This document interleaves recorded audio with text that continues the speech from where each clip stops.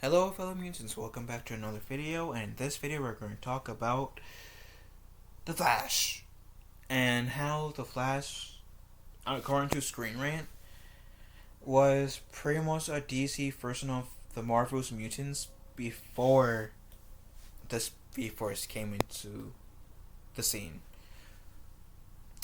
Let's get into this, shall we? Before the revelation of the Speed Force's existence, The Flash was a version of the Marvel's Mutants. Over the course of the character's 80-year history, the nature of the Flash's powers has been tweaked, with each new generation of creators leaving their mark.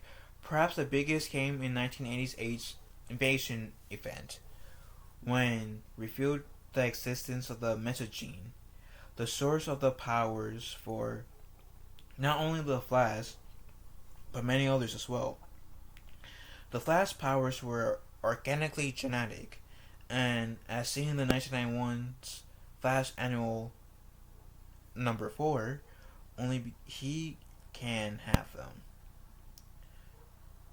DC's Metagene serves the same function as the mutation in Marvel Universe, but with a slight difference. Like mutation, the ability is inherent thanks to a metagene, but unlike mutation, which tend to appear in puberty, the metagene has been triggered by a traumatic event, in the Flash case, being bathed in chemicals after being struck by lightning. Not every hero had the metagene.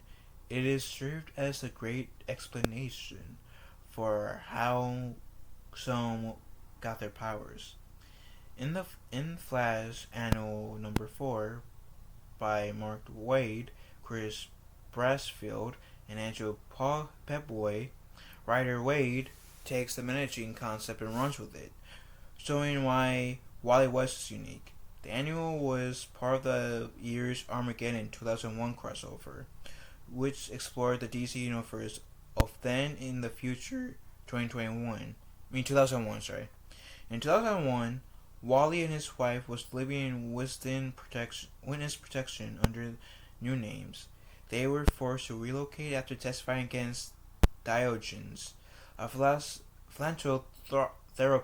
billionaire turned criminal who threatened their families. In the future, the two have a son named David, who has inherited Wally's speed powers. Wally has little time to process this, as his son is abducted by Diogenes, now old man. Diogenes sends out agents such as Paradox and the Golden Glider with special weapons that saps bits of Wally's speed power, and then transfers it back to the Diogenes headquarters. There he plans to bestow the powers upon his son Matthew. Diogenes is successful on this front, but once he transferred the powers to his son, it proves too much for Matthew and he dies.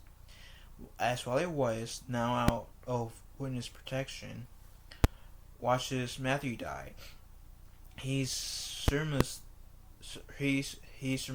that Matthew did not have the genetic makeup or metagene necessary to harness the speed powers. The Flash origins has evolved over time. Tweaking a superhero's origin is nothing new. It's necessary in some cases to keep the character fresh, and the Flash is no different.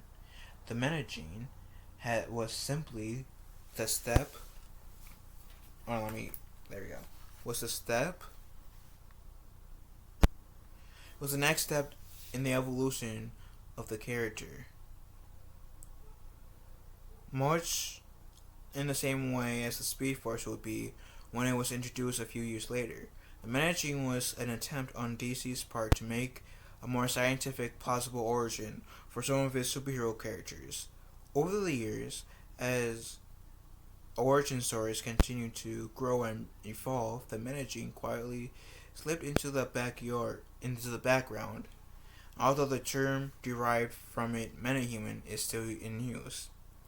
Even then, the metagene has fallen by the wayside. It still remains one of the best ways of explaining superpowers in the DC universe, and in the Flash case, his managing may simply make him ideal conduit for the Speed Force. Whatever the case, Matthew's diagnosis did not have it, and as a result, he was killed by the Speed Force. Perhaps the Speed Force saw Matthew's true character and refused to give him powers. Who knows, right? I haven't read that, so I would very much like to read that. It sounds like a pretty interesting concept, if I say so myself. Um, Although Flash Annual Number 4 was written by Speedforce creator Mark Waid, the annual was only his second outing. With The Flash, his groundbreaking run on the character's solo title had yet to commence under Waid. The Flash would evolve further with the introduction of the Speed Force, and unlike the Metagene, the origins has stuck and become the standard. But before the Speed Force existed, the Flash was not unlike the mutants of the Marvel universe. So that was interesting. So it seems like it turned like in the end, like at first, the Flash was Marvel's like DC's first mutant, Marvel's mutants, but I don't know if they could technically call the Flash a mutant due to legal or copyright that Marvel used for the X-Men. But it's pretty interesting, and I never knew that. I knew of the Flash before. The lengthiest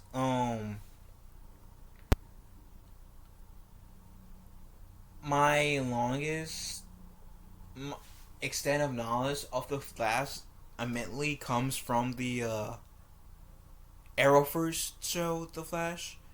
So I don't really know that much of the Flash outside of the current run of the Flash. So that is that was pretty interesting to read and go through. But yeah, I was very happy to read that because it's making me. It definitely made me look at the Flash in a different lens, if that makes sense. Anywho, what do you guys think of the Flash? Let me know in the comments, or about this article, to say. Let me know in the comment section down below. Have one every day, be kind to one another, and I'll talk to you guys later.